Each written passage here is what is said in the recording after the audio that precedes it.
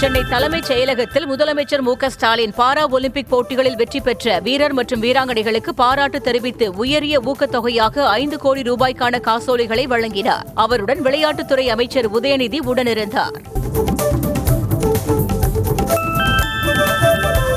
சென்னை தலைமைச் செயலகத்தில் முதலமைச்சர் மு க ஸ்டாலின் பாரா ஒலிம்பிக் போட்டிகளில் வெற்றி பெற்ற வீரர் மற்றும் வீராங்கனைகளுக்கு பாராட்டு தெரிவித்து உயரிய ஊக்கத்தொகையாக 5 கோடி ரூபாய்க்கான காசோலைகளை வழங்கினார். அவருடன் விளையாட்டுத்துறை அமைச்சர் உதயநிதி உடனிருந்தார்.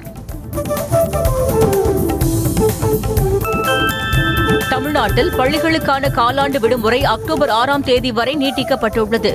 கடந்த 19ஆம் தேதி தொடங்கிய காலாண்டு தேர்வுகள் வரும் 27ஆம் தேதிக்குள் நிறைவடைகிறது. அக்டோபர் 2ஆம் தேதி வரை 5 நாட்கள் காலாண்டு விடுமுறை அளிக்கப்பட்டு அறிவிக்கப்பட்டது. இதனிடையே விடுமுறையை நீட்டித்து அக்டோபர் 7ஆம் தேதி பள்ளிகள் திறக்கப்படும் என தெரிவிக்கப்பட்டுள்ளது. தயாநிதி மாறன் தொடர்ந்த அவதூறு வழக்கிலிருந்து விடுவிக்க கோரி அதிமுக பொதுச் செயலாளர் EPS சென்னை சிறப்பு நீதிமன்றத்தில் மனு தாக்கல் செய்துள்ளார். மத்திய சென்னை எம்பியாக இருந்த தயாநிதி மாறன் தொகுதி மேம்பாட்டு நிதியை முறையாக செலவிடவில்லை என EPS பேசியதை எதிர்த்து அவர் வழக்கு தொடர்ந்தார். திமுக விசிக கூட்டணியில் எந்த சலசலப்பும் இல்லை என்றும் எந்த விரிசலும் உருவாவதற்கு வாய்ப்பில்லை எனவும் விசிக தலைவர் திருமாவளவன் திட்டவட்டமாக தெரிவித்தார். கோவை விமான நிலையத்தில் செய்தியாளர்களுக்கு பேட்டியளித்த அவர் ஆதவ் அர்ஜுனா மீது நடவடிக்கை எடுப்பது தொடர்பாக கட்சி நிர்வாகிகளுடன் ஆலோசித்து முடிவெடுக்கப்படும் என்றார். அமைச்சரவை மாற்றம் குறித்து பேசுவதற்கு தமிழிசை யார் என்றும் குமரி அனந்தனின் மகள் என்ற அடையாளத்தை தாண்டி தமிழிசையை யாருக்கும் தெரியாது என அமைச்சர் பொன்முடி ஆவேசமாக கூறினார். தேனி மாவட்டம் போடிநாயக்கனூரில் செய்தியாளர்களுக்கு பேட்டியளித்த அவர் உதயநிதி ஸ்டாலினுக்கு துணை முதலமைச்சர் ஆவதற்கு அனைத்து தகுதிகளும் உள்ளது என தெரிவித்தார். சென்னை மாநகராட்சி பெண் தபேதார் பணியிட மாற்றத்திற்கு எதிர்ப்பு தெரிவித்துள்ள பாஜக மூத்த தலைவர் தமிழிசை சவுந்தரராஜன் மேயரின் அதிகாரமா அல்லது தபேதாரின் அலங்காரத்தை பொறுத்துக் கொள்ளாத மேயரின் அகங்காரமா என சரமாரியாக கேள்வி எழுப்பியுள்ளார். சமூக நீதி பேசும் அரசின் மற்றுமொரு சமூக அநீதி இது என்றும் அவர் சாடினார். சென்னை நுங்கம்பாக்கத்தில் உள்ள காம்தார் நகர் மெயின் ரோடிற்கு SP பாலசுப்ரமணியம் சாலை என பெயர் சூட்டப்படும் என முதலமைச்சர் மு க ஸ்டாலின் அறிவித்தார். அவர் வெளியிட்டுள்ள அறிக்கையில் SPBயின் நினைவை போற்றும் விதமாக அவர் வாழ்ந்த இல்லம் அமைந்துள்ள நுங்கம்பாக்கம் காம்தார் நகரில் உள்ள சாலைக்கு SP பாலசுப்ரமணியம் சாலை என பெயரிடப்படும் என குறிப்பிட்டுள்ளார்.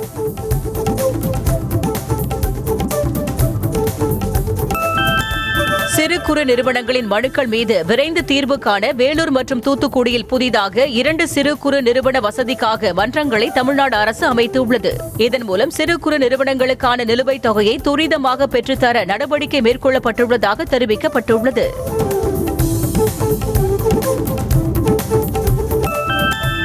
தமிழ் மின் நூலகம் 10 கோடி பார்வையாளர்களை கடந்து சாதனை படைத்துள்ளதாக தமிழ்நாடு தகவல் தொழில்நுட்பம் மற்றும் டிஜிட்டல் சேவைகள் துறை அறிவித்துள்ளது. www.tamildigitallibrary.in என்ற தமிழ் மின் நூலக இணையதளம் 2017 அக்டோபர் 11 தொடங்கப்பட்டது.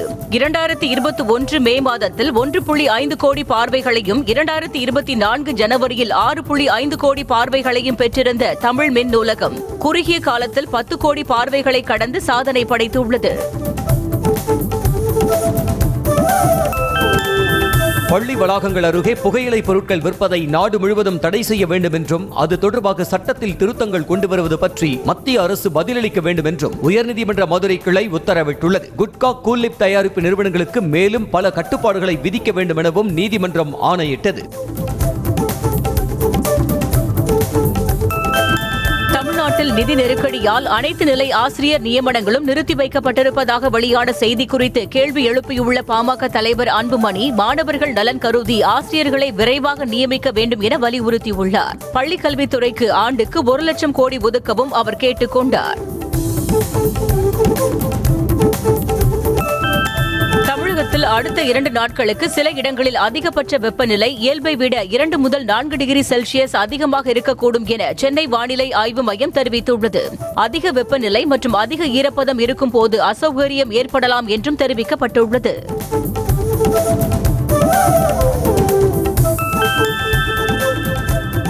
தமிழகத்தில் 3 ஆண்டுகளாக நடைபெற்று வரும் திமுக ஆட்சியே ஏமாற்றம்தான் என பாஜக மூத்த தலைவர் H. ராஜா விமர்சித்துள்ளார். சென்னை டி நகரில் செய்தியாளர்களை சந்தித்த அவர், தமிழ்நாடு கொலைக்களமாக மாறியுள்ளதாகவும் ஆளத் தெரியாத ஒருவர் ஆண்டு கொண்டு இருப்பதாகவும் கடுமையாக சாடினார்.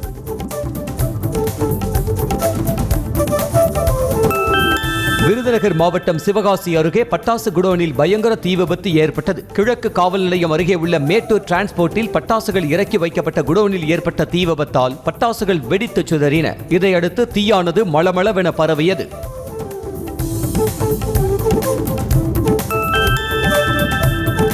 திருப்பதி திருமலை தேவஸ்தானத்திற்கு கலப்பட நெய் வழங்கியதாக திண்டுக்கல்லைச் சேர்ந்த AR பால் பொருட்கள் உற்பத்தி நிறுவனத்தின் மீது தேவஸ்தான நிர்வாகம் காவல் நிலையத்தில் புகார் அளித்திருக்கிறது. நெய் வழங்குவதற்காக டெண்டர் எடுத்த AR நிறுவனம் நிபந்தனைகளை மீறி விலங்குகளின் கொழுப்புகள் உள்ளிட்ட பொருட்களை கலப்படம் செய்து சப்ளை செய்ததாக குற்றச்சாட்டு எழுந்தது.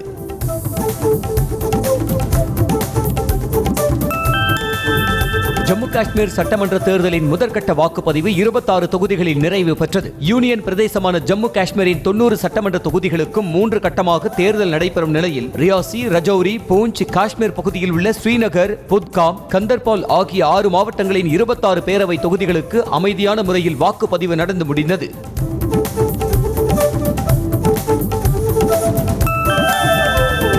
ஹரியானாவில் காங்கிரஸ் கட்சி தப்பி தவறி ஆட்சிக்கு வந்தால் மாநிலத்தையே அழித்துவிடும் என பிரதமர் மோடி விமர்சித்தார். ஹரியானாவில் நடைபெற்ற தேர்தல் பிரச்சார பொதுக்கூட்டத்தில் பேசிய பிரதமர் மோடி, காங்கிரஸ் கட்சிக்கு வாக்களித்தால் ஹரியானா மாநிலத்தின் வளர்ச்சிக்கு பாதிப்பு ஏற்படும் எனவும் மாநிலத்தின் நிலைத்தன்மை போய்விடும் எனவும் விமர்சித்தார்.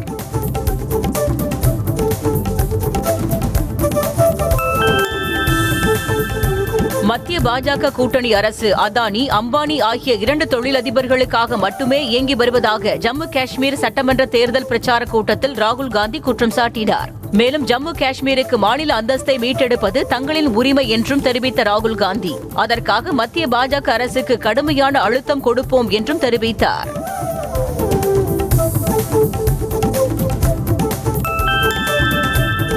பாரதிய ஜனதா கட்சி இந்துக்கள் மற்றும் இஸ்லாமியர்களுக்கிடையே வெறுப்பை விதைத்து சமூகத்தை பிளவுபடுத்துகிறது என்று ஜார்க்கண்ட் முதலமைச்சர் ஹேமந்த் சோரன் குற்றம் சாட்டியுள்ளார். மேலும் ஜார்க்கண்டிற்குள் ஊடுருவியுள்ள RSS தங்களது மாநிலத்தை அழிக்கிறது எனவும் அவர்களை இங்கிருந்து விரட்ட வேண்டும் எனவும் ஹேமந்த் சோரன் கேட்டுக் கொண்டார்.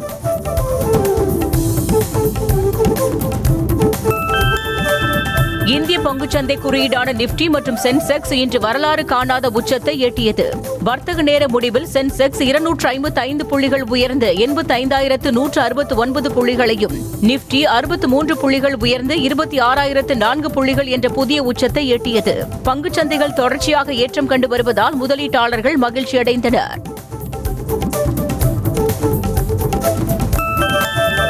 முடா வழக்கில் குற்றம் சாட்டப்பட்ட கர்நாடக முதலமைச்சர் சித்தராமையாவை விசாரிக்க லோக் ஆயுக்தாவிற்கு கர்நாடக சிறப்பு நீதிமன்றம் உத்தரவிட்டுள்ளது. இதுகுறித்து பேசிய சித்தராமையா, தான் எந்த வழக்கையும் எதிர்கொள்ள தயார் என்றும் அதற்கு நான் பயப்படவில்லை என்றும் தெரிவித்தார். இந்த நிலையில் இந்த வழக்கை விசாரித்து அடுத்த 3 மாதத்திற்குள் லோக் ஆயுக்தா அறிக்கை தாக்கல் செய்யும். ஆட்சேபனைக்குரிய கருத்துக்கு கர்நாடக உயர்நீதிமன்ற நீதிபதி ஸ்ரீஷானந்தா பகிரங்க மன்னிப்பு கோரியதை தொடர்ந்து வழக்கை உச்சநீதிமன்றம் முடித்து வைத்தது. வழக்கு விசாரணையின் போது உயர்நீதிமன்ற நீதிபதி ஸ்ரீஷானந்தா பெங்களூருவில் இஸ்லாமியர்கள் அதிகம் வாழும் பகுதியை பாகிஸ்தான் என்று அழைத்திருந்தார். இவ்விவகாரத்தை தாமாக முன்வந்து விசாரணைக்கு எடுத்துக்கொண்ட உச்சநீதிமன்றம் அவருக்கு கடும் கண்டனம் தெரிவித்தது. புதிய வேளாண் சட்டங்களை மீண்டும் கொண்டுவர வேண்டும் என தாம் பேசியதற்கு வருத்தம் தெரிவித்து தமது பேச்சை வாபஸ் பெற்றுக் கொள்வதாக பாஜக MP கங்கனா ரணவத் தெரிவித்துள்ளார். ஹிமாச்சலில் தமது தொகுதியான மண்டியில் செய்தியாளர்களிடம் பேசிய அவர், புதிய வேளாண் சட்டங்கள் மீண்டும் கொண்டுவரப்பட வேண்டும் எனவும் அதற்காக விவசாயிகளே குரல் கொடுக்க வேண்டும் எனவும் கூறினார். ஆந்திராவைச் சேர்ந்த பிரபல யூடியூபரான ஹர்ஷா சாய் மீது பாலியல் வன்கொடுமை வழக்கு பதிவு செய்யப்பட்டுள்ளது. இதுகுறித்து மும்பையில் வசித்து வரும் 25 வயது பெண் நடிகை அளித்த புகாரில் ஹர்ஷா சாய் தன்னை காதலிப்பதாக கூறி பாலியல் வன்கொடுமை செய்ததாகவும் பின்னர் நிர்வாண புகைப்படங்களை வைத்து 2 கோடி ரூபாய் கேட்டு மிரட்டியதாகவும் குற்றம் சாட்டியுள்ளார். சிறந்த கைத்தறி நெசவாளர் விருந்தாளர்களாக தேர்ந்தெடுக்கப்பட்ட 6 பேருக்கு சென்னை தலைமைச் செயலகத்தில் முதலமைச்சர் மு க ஸ்டாலின் 20 லட்சம் ரூபாய்க்கான காசோலையை வழங்கினார். தொடர்ந்து சிறந்த வடிவமைப்பாளர் விருதுக்கு தேர்வு செய்யப்பட்ட 3 வடிவமைப்பாளர்களுக்கு பரிசுத் தொகையாக 40,000 ரூபாய்க்கான காசோலைகளையும் அவர் வழங்கினார்.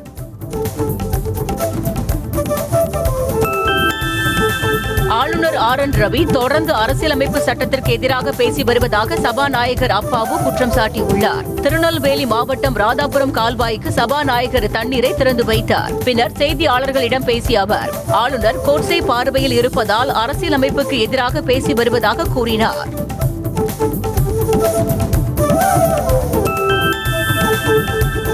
கடலூர் மாவட்டம் திட்டக்குடி அருகே தொழிலாளர் நல வாரியம் சார்பில் நடைபெற்ற நிகழ்ச்சியில் 100 ஆட்டோ ஓட்டுநர்களுக்கு சீருடை மற்றும் தொழிலாளர் நல வாரிய அட்டையினை அமைச்சர் சிவ கணேசன் வழங்கினார். ஆட்டோ ஓட்டுநர் சங்க பெயர் பலகையை திறந்து வைத்த அமைச்சர் அங்கு நின்ற ஆட்டோவை சிறிது தூரம் ஓட்டிச் சென்றார்.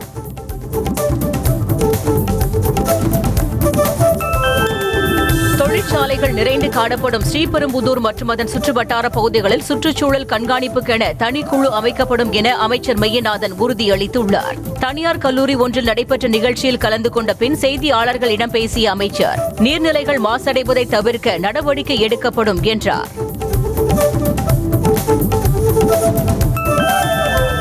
அண்ணாமலை பல்கலைக்கழகத்தில் இளநிலை இலக்கியம் பட்டம் பெற்றவர்களுக்கு பட்டதாரி ஆசிரியர் பணிக்கான போட்டித் தேர்வுகளில் வெற்றி பெற்றும் வேலை மறுக்கப்பட்டிருப்பதற்கு பாமக நிறுவனர் ராமதாஸ் கண்டனம் தெரிவித்துள்ளார். பிலிட் பட்டம் BA தமிழ் இலக்கியம் படிப்பிற்கு இணையானது அல்ல என்று பட்டதாரிகளின் வேலை வாய்ப்புகளை ஆசிரியர் தேர்வு வாரியம் பறிக்க முயல்வதாக குற்றம் சாட்டியுள்ளார்.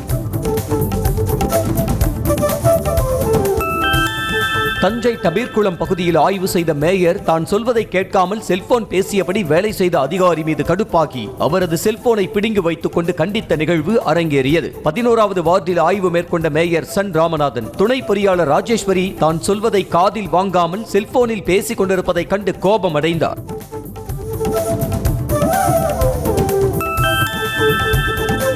பழனி பஞ்சாமிர்தம் குறித்து அவதூறு பரப்பிய திரைப்பட இயக்குநர் மோகன்ஜி மீது பழனி அடிவாரம் போலீசார் வழக்கு பதிவு செய்துள்ளனர். இதையடுத்து அவருக்கு சம்மன் அனுப்பி விசாரணைக்கு ஆஜராக சொல்ல போலீசார் திட்டமிட்டுள்ளதாக கூறப்படுகிறது.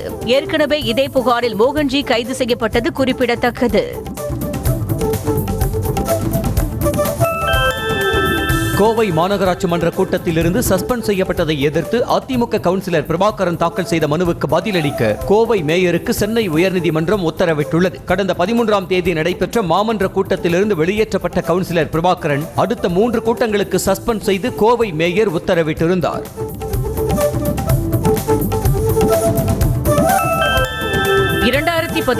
ஆண்டு ஆசிரியர் தகுதி தேர்வில் தேர்ச்சி பெற்றும் 11 ஆண்டுகளாக பணி வழங்காத தமிழ்நாடு அரசை கண்டித்து தகுதி தேர்வில் தேர்ச்சி பெற்றோர் நலச்சங்கத்தினர் காதில் பூ வைத்து ஈரோட்டில் நூதன போராட்டத்தில் ஈடுபட்டனர். வேலையின்றி வாழ்வாதாரம் இழந்து தவிக்கும் ஆசிரியர்களுக்கு பணி வழங்கிட வேண்டும் என வலியுறுத்தியுள்ளனர்.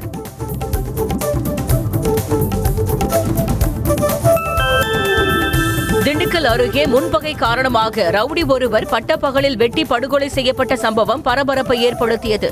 காப்பிளியப்பட்டியைச் சேர்ந்த ரவுடி ஹேமதயாளவர்மன் மீது கொலை உள்ளிட்ட பல்வேறு வழக்குகள் நிலுவையில் உள்ளதாக கூறப்படுகிறது. இந்நிலையில் மாமு கோவிலூரில் அவரை மர்ம நபர்கள் கொலை செய்துவிட்டு தப்பி ஓடினர். திருவாரூர் அரசு மருத்துவக் கல்லூரி மருத்துவமனையில் 26 பேர் காய்ச்சல் காரணமாக அனுமதிக்கப்பட்டு சிகிச்சை பெற்று வரும் நிலையில் அவர்களுள் 2 டெங்கு காய்ச்சல் பாதிப்பு உறுதி செய்யப்பட்டுள்ளது. இதனையடுத்து அவர்களை தனி வார்டில் அனுமதிக்கப்பட்டு தொடர் சிகிச்சை அளிக்கப்பட்டு வருகிறது.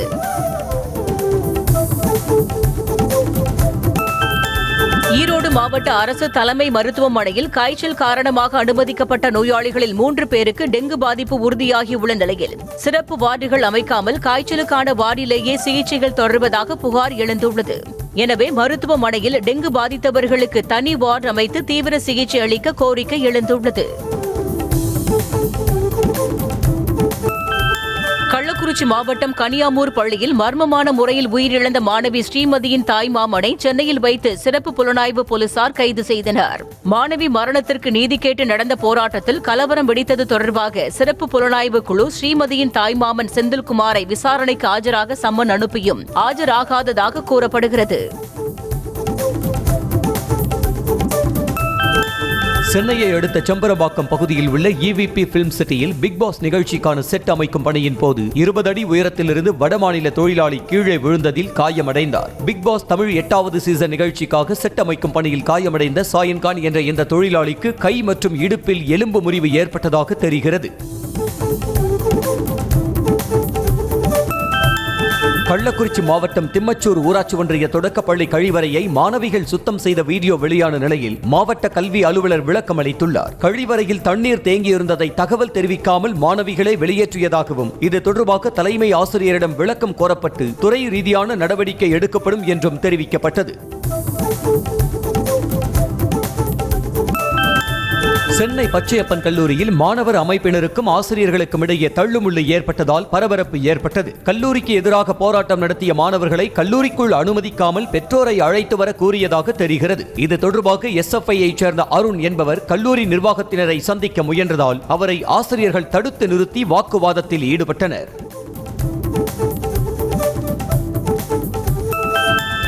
சென்னை வேளச்சேரியில் ஆபத்தான முறையில் மழைநீர் வடிகால் கால்வாயில் மாநகராட்சி ஊழியர்கள் இறங்கி ஆகாய தாமரைகளை அகற்றும் பணியில் ஈடுபட்ட சம்பவம் அதிர்ச்சியை ஏற்படுத்தியது.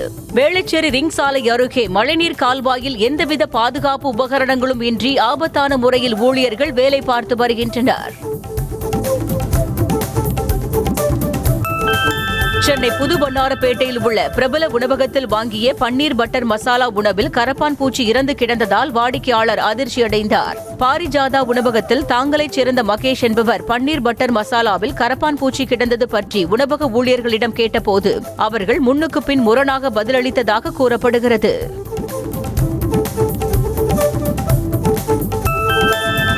காஞ்சிபுரத்தில் பல்வேறு கோரிக்கைகளை வலியுறுத்தி ஊழியர்கள் போராட்டத்தில் ஈடுபட்டு வரும் நிலையில் நியாயமற்ற வேலை நிறுத்த போராட்டத்தை கைவிட்டு மீண்டும் வேலைக்கு திரும்புமாறு ஊழியர்களுக்கு சாம்சங் தொழிற்சாலை நிர்வாகம் நோட்டீஸ் அனுப்பியுள்ளது. மேலும் பேச்சுவார்த்தைக்கு தயாராக இருப்பதாகவும் நிர்வாகத்தின் தரப்பில் தெரிவிக்கப்பட்டுள்ளது.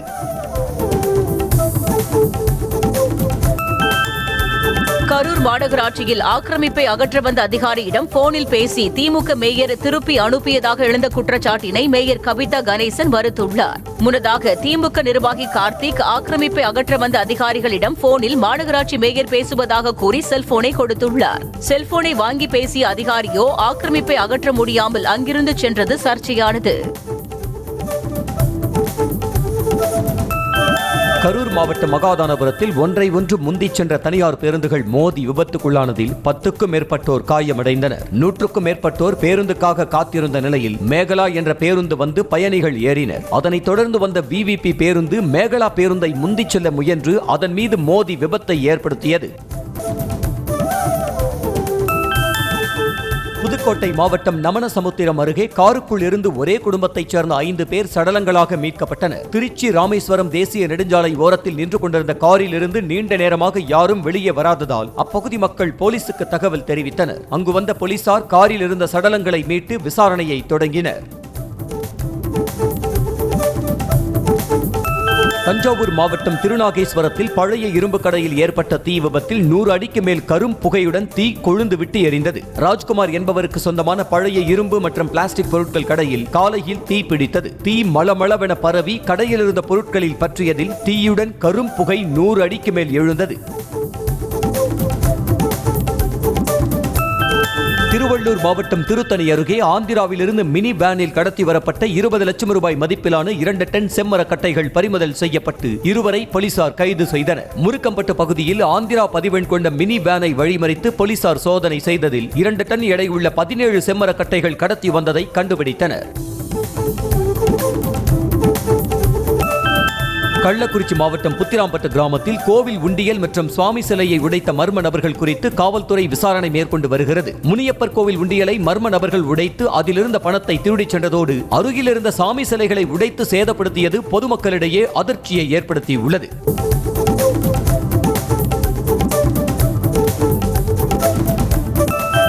ஈரோடு அருகே திருமணமாகி 6 மாதங்களே ஆன இளம்பெண் கணவருடன் பைக்கில் சென்றபோது பின்னால் வந்த மினி பேருந்து மோதியதில் பரிதாபமாக உயிரிழந்தார். அணைக்கட்டு பகுதியைச் சேர்ந்த பிரவீன் பிரியா தம்பதியினர் பைக்கில் சென்றனர். அப்போது பின்னால் வந்த மினி பேருந்து உரசியதில் பைக்கில் இருந்து தவறி விழுந்த பிரியா மீது மினி பேருந்தின் பின் சக்கரம் ஏறி இறங்கியது.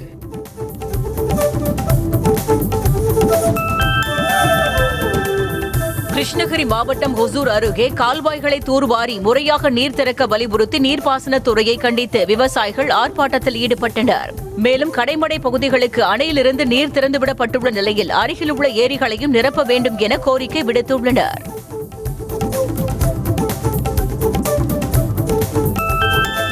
டெல்டா மாவட்டங்களில் 1 கோடி பனை விதை நெடும் பணிக்காக மயிலாடுதுறை மாவட்டத்தில் விதைகள் சேகரிக்கும் பணியை ஆட்சியர் மகாபாரதி தொடங்கி வைத்தார். மயிலாடுதுறை மாவட்டத்தில் வரும் 29ஆம் தேதி பனை விதை நடும் பணியை அமைச்சர் மெய்யநாதன் தொடங்கி வைக்க உள்ளார். அதற்காக பனை விதைகளை சேகரிக்கும் பணி காத்தான்சாவடி பகுதியில் தொடங்கி வைக்கப்பட்டது.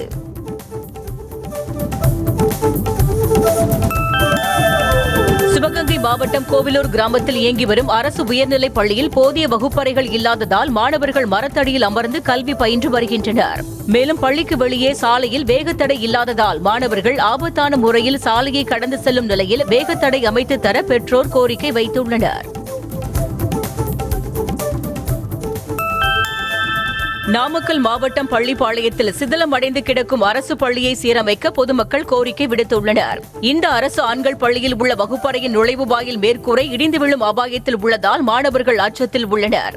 மேலும் தண்ணீர் வசதி இல்லாததால் மாணவர்கள் கழிவறையை பயன்படுத்த முடியாமல் அவதியடைந்து வருவதாக குற்றச்சாட்டு எழுந்துள்ளது.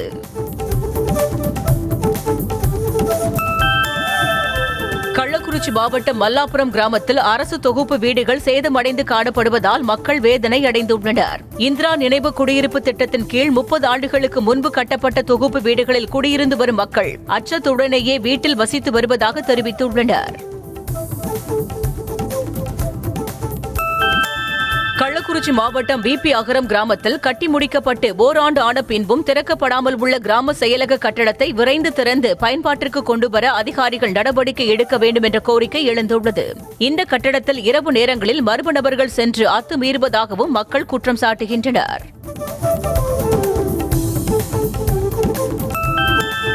தஞ்சாவூரில் அரசு பேருந்தில் மாணவர்கள் ஆபத்தை உணராமல் படிக்கட்டில் பயணித்த வீடியோ வெளியாகி அதிர்ச்சியை ஏற்படுத்தியுள்ளது. தஞ்சாவூர் பழைய பேருந்து நிலையத்திலிருந்து அம்மாப்பேட்டை நோக்கி சென்ற அரசு பேருந்தில் அளவுக்கு அதிகமாக பயணிகளை ஏற்றிச் சென்றதாக பொதுமக்கள் குற்றம் சாட்டினர். இதனால் பேருந்து ஒரு பக்கமாக சாய்ந்தவாறே சென்றது.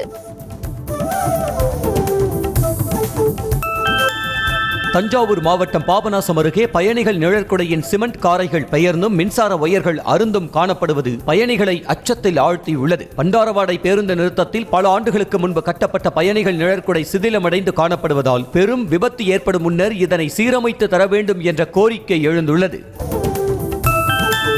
திருப்பூர் மாவட்டம் சாவக்கட்டுப்பாளையத்தில் கிணற்றில் குளிக்கும் போது நீரில் மூழ்கி 10ஆம் வகுப்பு மாணவர் உயிரிழந்தார். ராமசாமி என்பவரது மகன் கௌதம் 10ஆம் வகுப்பு படித்து வந்த நிலையில் நண்பர்களுடன் அங்குள்ள கிணற்றில் குளிக்க சென்றார். அப்போது எதிர்பாராத விதமாக கௌதம் நீரில் மூழ்கி பலியான நிலையில் 10 மணி நேர போராட்டத்திற்கு பின்னர் அவரது உடல் மீட்கப்பட்டது.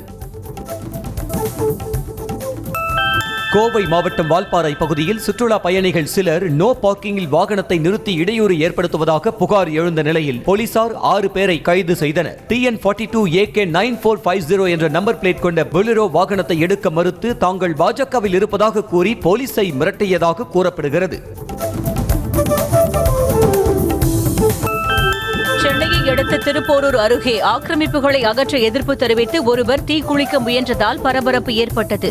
நாவலூர் நெடுஞ்சாலையில் ஆக்கிரமிப்புகள் இருப்பதை அதிகாரிகள் கண்டறிந்தனர். அப்போது வீடுகளை இடிக்க எதிர்ப்பு தெரிவித்து தீக்குளிக்க முயன்ற சீனிவாசன் என்பவரை போலீசார் தடுத்து நிறுத்தினர்.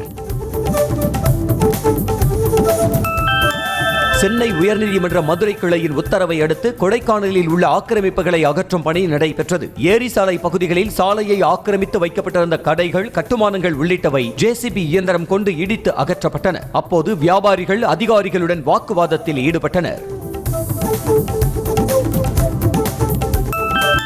காஞ்சிபுரம் ஏனாத்தூர் சங்கரா பல்நோக்கு தனியார் மருத்துவமனைக்கு டயாலிசிஸ் செய்ய சென்ற தன் தந்தையை டயாலிசிஸ் இன்சார்ஜ் ஒருவர் தவறான ஊசி செலுத்தி கொலை செய்து விட்டதாக மகன் குற்றம் சாட்டியுள்ளார். வாட்ஸ்அப் வீடியோ காலில் ஒரு மருத்துவரை அழைத்து சிகிச்சைக்கான ஊசி பரிந்துரை பெறப்பட்டதாகவும் அவர் புகார் தெரிவித்தார். கரூர் மாவட்டம் திருகாம்புலியூர் மேம்பாலத்தின் மீது சென்று கொண்டிருந்த எலக்ட்ரிக் இருசக்கர வாகனம் திடீரென தீப்பிடித்து எரிந்ததால் பரபரப்பு ஏற்பட்டது. வெள்ளியணை கிராமத்தைச் சேர்ந்த தினேஷ் என்பவர் சில மாதங்களுக்கு முன் ஓலோ எலக்ட்ரிக் பைக் வாங்கினார். சுமார் 1.5 லட்சம் ரூபாய் மதிப்பிலான இந்த வாகனம் உரிமையாளர் கண்முன்னே எரிந்து சேதமானது.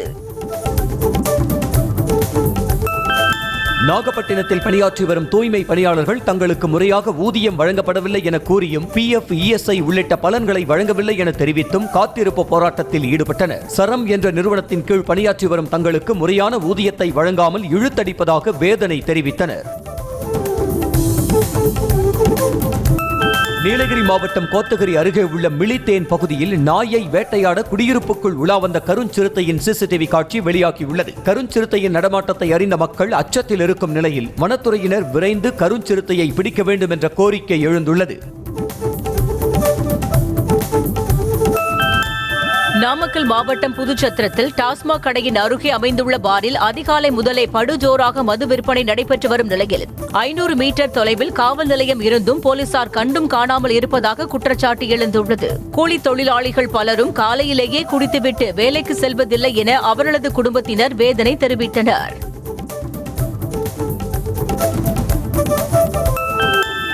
புதுக்கோட்டை மாவட்டம் செங்கீரை ஊராட்சியின் சில பகுதிகளை பிரித்து ஆயங்குடி மற்றும் ராயவரம் ஆகிய ஊராட்சிகளுடன் இணைக்கப்படுவதாக அரசிதழில் அறிவிப்பு வெளியானது. இதற்கு எதிர்ப்பு தெரிவித்து செங்கீரை ஊராட்சியைச் சேர்ந்த மக்கள் புதுக்கோட்டை தாசில்தார் அலுவலகத்தில் குடும்ப அட்டை மற்றும் ஆதார் அட்டைகளை வீசிவிட்டு சென்றனர். மாவட்டம் கொளத்தூர் அருகே கடந்த 15 நாட்களுக்கும் மேலாக 20க்கும் மேற்பட்ட ஆடு கோழிகளை வேட்டையாடி வரும் சிறுத்தையை பிடிக்கும் பணியில் வனத்துறையினர் மெத்தனம் காட்டுவதாக கூறி விவசாயிகளும் கிராம மக்களும் சாலை மறியலில் ஈடுபட்டனர். பின்னர் அங்கு விரைந்த அதிகாரிகள் நடவடிக்கை எடுப்பதாக உறுதியளித்து அவர்களை அனுப்பி வைத்தனர். சிவகங்கை மாவட்டம் மானாமதுரை அரசு மருத்துவமனையில் மருத்துவர்கள் பற்றாக்குறையால் நோயாளிகள் நீண்ட நேரம் வரிசையில் காத்திருந்து சிகிச்சை பெற்று வருவதாக நியூஸ் தமிழில் செய்தி வெளியானதன் எதிரொலியாக எம்எல்ஏ தமிழரசி மருத்துவமனையில் ஆய்வு செய்தார். தொடர்ந்து மருத்துவர்களிடம் ஆலோசனை செய்துவிட்டு அங்கிருந்த நோயாளிகளிடம் குறைகளை கேட்டறிந்தார். வேலூர் மாவட்டம் கொணவட்டம் பகுதியில் சாலையை கடக்க முயன்ற 10 வயது சிறுமி மீது ஸ்கூட்டியில் அதிவேகமாக வந்து இளைஞர் மோதியதால் சிறுமி தரதரவென இழுத்துச் செல்லப்பட்ட சிசிடிவி காட்சி வெளியாகியுள்ளது. ஆசிஃபா என்ற சிறுமி படுகாயமடைந்து மருத்துவமனையில் அனுமதிக்கப்பட்ட நிலையில் அப்பகுதியில் வேகத்தடை அமைக்க வேண்டும் என்ற கோரிக்கை எழுந்துள்ளது.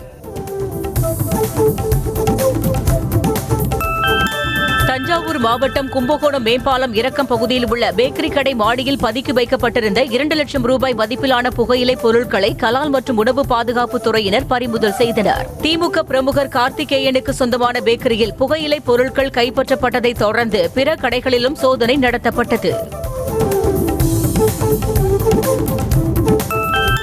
கடமான் மற்றும் புள்ளி மான்களின் கொம்புகளை சட்டவிரோதமாக பதுக்கி வைத்திருந்த தூத்துக்குடி மாவட்டம் காசிலிங்கபுரத்தைச் சேர்ந்த 2 பேர் கைது செய்யப்பட்டனர். அவர்களிடமிருந்து கொம்புகளையும் அதனை பதுக்கி வைக்க பயன்படுத்திய ஆட்டோவையும் பறிமுதல் செய்த அதிகாரிகள் இருவர் மீதும் குற்ற வழக்கு பதிவு செய்து பாளையங்கோட்டை மத்திய சிறையில் அடைத்தனர். திருவள்ளூர் அருகே நெடுஞ்சாலை விரிவாக்க பணிகளுக்காக அம்மனம்பாக்கம் நவசக்தி விநாயகர் கோவிலை இடிப்பதற்கு எதிர்ப்பு தெரிவித்து 200க்கும் மேற்பட்ட கடைகள் அடைக்கப்பட்ட நிலையில் பொதுமக்களும் ஆர்ப்பாட்டத்தில் ஈடுபட்டதால் பரபரப்பு ஏற்பட்டது. பின்னர் நிலவரம் மோசமானதால் அதிகாரிகள் கோவிலை இடிக்காமல் புறப்பட்டுச் சென்றனர். வேலூரில் 18 வயது நிரம்பாத சிறுவனை இருசக்கர வாகனத்தை இயக்க அனுமதித்த தந்தை மீது 8 பிரிவுகளின் கீழ் வழக்கு பதிவு செய்யப்பட்டு கைது செய்யப்பட்டுள்ளார். சிறார்கள் 3 பேர் அதிவேகமாக பைக்கில் வந்ததை கண்ட போலீசார் அவர்களை பிடித்து விசாரித்தனர். பின்னர் பைக் உரிமையாளரான ஒரு சிறுவனின் தந்தையை போலீசார் கைது செய்தனர். காலிமனைக்கு புதிய வரி விதிப்பு எண் வழங்க 10,000 ரூபாய் லஞ்சம் பெற்ற விழுப்புரம் நகராட்சி வரி தண்டலரை லஞ்ச ஒழிப்பு போலீசார் கையும் களவுமாக கைது செய்தனர். முன்னதாக இது தொடர்பாக புகார் வந்ததும் லஞ்ச ஒழிப்புத்துறை டிஎஸ்பி அழகேசன் தலைமையிலான குழுவினர் நகராட்சி அலுவலகத்திற்கு நேரில் சென்று தண்டலர் குணாவை கையும் களவுமாக கைது செய்தனர்.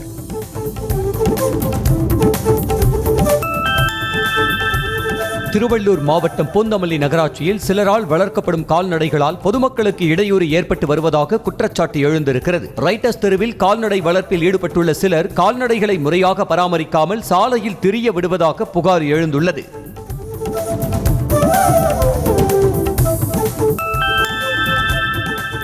சென்னை வேளச்சேரியில் புதிய சாலை அமைப்பதற்காக தோண்டப்பட்ட பள்ளத்திலிருந்து புழுதி பறப்பதால் வாகன ஓட்டிகள் மற்றும் பாதசாரிகள் மிகுந்த சிரமத்திற்கு ஆளாகியுள்ளனர். வேளச்சேரி தாம்பரம் சாலையில் புதிதாக சாலை அமைப்பதற்காக ராட்சச இயந்திரம் மூலம் பழைய தார் சாலைகள் பெயர்த்தெடுக்கப்பட்டாலும் பணி தொடங்குவதில் கால தாமதம் ஏற்பட்டுள்ளதாக கூறப்படுகிறது.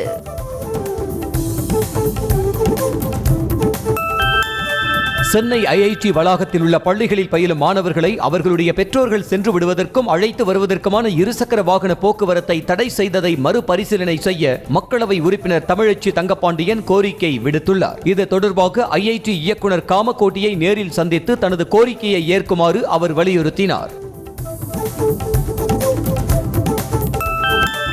விநாயக மிஷன் பல்கலைக்கழகத்தின் வேந்தர் டாக்டர் கணேசனுக்கு ராயல் காலேஜ் ஆஃப் பிசிசியன்ஸ் விருது வழங்கி கௌரவிக்கப்பட்டுள்ளது. சுகாதார பராமரிப்பு பிரிவில் டாக்டர் கணேசன் ஆற்றிய மிகச் சிறப்பான பங்களிப்பினை அங்கீகரிக்கும் வகையில் அறிவிக்கப்பட்ட இவ்விருது லண்டனில் வைத்து அவருக்கு வழங்கப்பட்டுள்ளது. லெபனான் மீது இஸ்ரேல் நடத்திய தாக்குதலில் ஹிஸ்புல்லா அமைப்பின் ஏவுகணை பிரிவு தலைவர் கொல்லப்பட்டார். ஹிஸ்புல்லா மூத்த தலைவரான இப்ராஹிம் இஸ்ரேல் மீதான பல்வேறு ஏவுகணை தாக்குதல்களுக்கு தலைமை ஏற்று நடத்தியதாக கூறப்படுகிறது. இஸ்ரேலின் இந்த தாக்குதலை தொடர்ந்து ஹிஸ்புல்லா அமைப்பினரும் ராக்கெட் தாக்குதல் நடத்தி வருகின்றனர். தம்மை கொல்ல ஈரான் திட்டமிட்டுள்ளதாக அமெரிக்க அதிபர் வேட்பாளர் டிரம்ப் தெரிவித்துள்ளார். தமது எக்ஸ் பக்கத்தில் பதிவிட்டுள்ள அவர், தம்மை கொல்ல ஏற்கனவே ஈரான் முயற்சித்ததாகவும் ஆனால் அது நடக்கவில்லை என்பதால் மீண்டும் முயற்சிப்பார்கள் என்றும் தெரிவித்துள்ளார். ஈரானின் இந்த கொலை திட்டத்தை அமெரிக்க ராணுவம் உன்னிப்பாக கவனிப்பதாகவும் அவர் கூறியுள்ளார். உம்ரா யாத்ரீகர்கள் என்ற போர்வையில் ஏராளமான யாசகர்களை மக்காவுக்கு அனுப்புவதை பாகிஸ்தான் நிறுத்திக் கொள்ள வேண்டும் என சவுதி அரேபிய அரசு எச்சரிக்கை விடுத்திருக்கிறது. பாகிஸ்தானின் மத விவகாரங்களுக்கான அமைச்சகத்திற்கு அனுப்பிய கடிதத்தில் நாளுக்கு நாள் சவுதிக்கு வரும் பாகிஸ்தானிய யாசகர்களின் எண்ணிக்கை அதிகரிப்பது கவலை அளிப்பதாக சவுதி அரேபியாவின் ஹஜ் அமைச்சகம் தெரிவித்திருக்கிறது. சீனா தனது வர்த்தக ரீதியிலான ராக்கெட்டான லெஜியான் 1Y4 என்ற ராக்கெட்டை வெற்றிகரமாக விண்ணில் ஏவியது. சீன அறிவியல் கழகத்தின் 2 செயற்கைக்கோள்கள் ஜிலின் 1, சர் நாட் 1A, யூனியா 1, 21 மற்றும் 22 ஆகிய 5 செயற்கைக்கோள்களை இந்த ராக்கெட் சுமந்து சென்றது. ராக்கெட் ஏவுதல் வெற்றியடைந்து விட்டதாக சீன விண்வெளித்துறை அதிகாரிகள் தெரிவித்துள்ளனர்.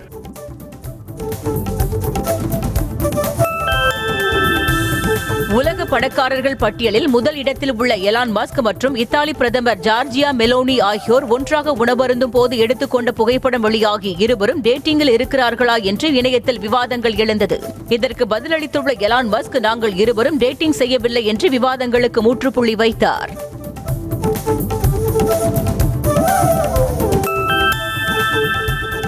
சீனாவில் கடந்த ஆகஸ்ட் மாதம் வெளிநாட்டு ஸ்மார்ட் போன்களின் விற்பனை 12.7% அளவிற்கு குறைந்திருக்கிறது. இதுகுறித்து வெளியான புள்ளி விவரத்தில் கடந்த வருடம் ஆகஸ்ட் மாதம் 21 லட்சம் வெளிநாட்டு ஸ்மார்ட் போன்கள் விற்பனையான நிலையில் நடப்பு வருடத்தில் அதே ஆகஸ்ட் மாதத்தில் 18 லட்சம் ஸ்மார்ட் போன்கள் மட்டுமே விற்பனையானதாக தெரிவிக்கப்பட்டுள்ளது.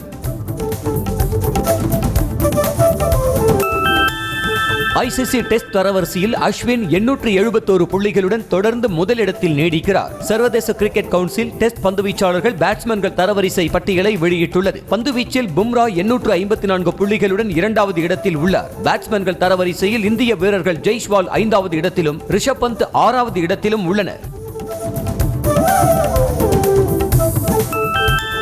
மகளிர் T20 உலகக்கோப்பையில் சாம்பியன் பட்டம் வெல்வதே தங்களது இலக்கு என இந்திய அணி கேப்டன் ஹர்மன்பிரீத் கவுர் நம்பிக்கை தெரிவித்துள்ளார். மகளிர் T20 உலகக்கோப்பை தொடர் துபாய் மற்றும் ஷார்ஜாவில் அக்டோபர் 3ஆம் தேதி முதல் 20ஆம் தேதி வரை நடைபெற உள்ளது. T20 கிரிக்கெட்டில் ஒரே ஆண்டில் 150 சிக்ஸர் அடித்த உலகின் முதல் வீரர் என்ற சாதனையை வெஸ்ட் இண்டீஸ் வீரர் நிக்கோலஸ் பூரன் படைத்துள்ளார். அந்நாட்டில் நடைபெற்ற உள்ளூர் T20 தொடரில் நிக்கோலஸ் பூரன் 43 பந்துகளில் 7 சிக்ஸர்கள் உட்பட 94 ரன்கள் அடித்தார். அதன்படி T20 கிரிக்கெட்டில் ஒரே ஆண்டில் 150 சிக்ஸர் அடித்த முதல் வீரர் என்ற பெருமையை அவர் பெற்றார். ரஞ்சி கோப்பைக்கான டெல்லி அணி உத்தேச பட்டியலில் இந்திய நட்சத்திர வீரர்கள் விராட் கோலி மற்றும் ரிஷப் பந்த் ஆகியோரின் பெயர்கள் 84 பேர் கொண்ட பட்டியலில் இடம்பெற்றுள்ளன. இருப்பினும் விராட் கோலி மற்றும் ரிஷப் பந்த் இருவரும் இந்திய அணிக்காக தொடர்ச்சியாக டெஸ்ட் போட்டிகளில் விளையாட இருப்பதால் அவர்கள் ரஞ்சி அணியில் விளையாட வாய்ப்பில்லை என்று எதிர்பார்க்கப்படுகிறது. நடிகர் சங்கத்தில் எக்கச்சக்கமான முறைகேடுகள் நடப்பதாக புகார் கூறிய நடிகர் உதயா தேர்தல் நடத்த வேண்டும் என கோரிக்கை விடுத்ததற்காக இயக்குனர் பாக்யராஜையே சங்கத்திலிருந்து நீக்கியிருப்பதாக விஷால் மீது குற்றம் சாட்டியுள்ளார். நடிகர் சங்கம் கடன் வாங்காமல் செயல்பட வேண்டும் என உதயா ட்வீட் போட்ட நிலையில் அவரை சங்கத்திலிருந்து விஷால் நீக்கியதாக கூறப்படுகிறது. ராகவ் மிர்தாத் இயக்கத்தில் பிக் பாஸ் புகழ் ராஜு நாயகனாக நடித்துள்ள பன்பட்டர் ஜாம் படத்தின் செகண்ட் லுக் போஸ்டரை கார்லியா குரூஸ் சொகுசு கப்பலில் நடுக்கடலில் வைத்து படக்குழு வெளியிட்டுள்ளது. ரெயின் ஆஃப் ஆரோஸ் என்டர்டைன்மெண்ட் நிறுவனம் சார்பில் சுரேஷ் சுப்பிரமணியன் தயாரித்துள்ள இந்த படத்தில் ஆத்யா பிரசாத், பவ்யா திரிகா ஆகியோர் நாயகிகளாக நடித்துள்ளனர்.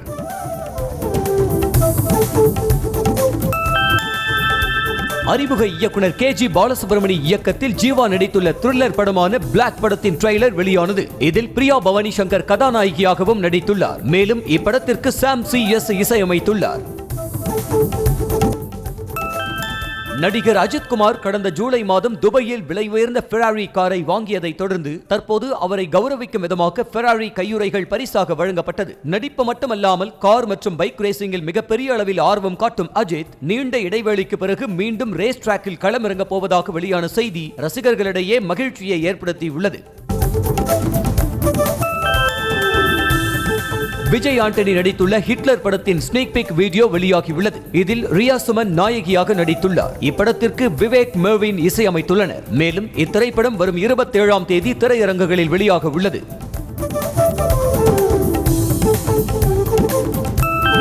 நடிகை நயன்தாரா தனது காதுகளில் வைரத்தோடு போடுவதற்காக காது குத்திக் கொண்ட வீடியோவை தனது இன்ஸ்டாகிராம் பக்கத்தில் பகிர்ந்துள்ளார். உன்னால் முடியும் தோழா என்று கூறி வலியை தாங்கிக் கொண்டு காது குத்திக் கொண்ட வீடியோ இணையத்தில் பரவி வருகிறது. ராமநாதபுரம் மாவட்டம் உருப்புளி கிராமத்தில் அமைந்துள்ள முத்துமாரியம்மன் ஆலயத்தில் முளைப்பாரி திருவிழா கோலாகலமாக நடைபெற்றது. நாடு நலம் பெற வேண்டி நடைபெற்ற இந்த திருவிழாவில் திரளான பக்தர்கள் கலந்து கொண்டனர். தொடர்ந்து பெண்களின் கும்மியாட்டமும் ஆண்களின் ஒயிலாட்டமும் நடைபெற்றது. போர்ஷே நிறுவனத்தின் முற்றிலும் புதிய 911 டர்போ மாடல் கார் விற்பனை இந்தியாவில் தொடங்கியுள்ளது. இந்த மாடல் போர்ஷேவின் முதல் 911 டர்போ மாடல் வெளியாகி 50 ஆண்டுகள் நிறைவை கொண்டாடும் வகையில் உருவாக்கப்பட்டு இருக்கிறது. கடந்த மாதம் அறிமுகம் செய்யப்பட்ட இந்த காரின் விலை 4,05,00,000 ரூபாயாக நிர்ணயிக்கப்பட்டுள்ளது.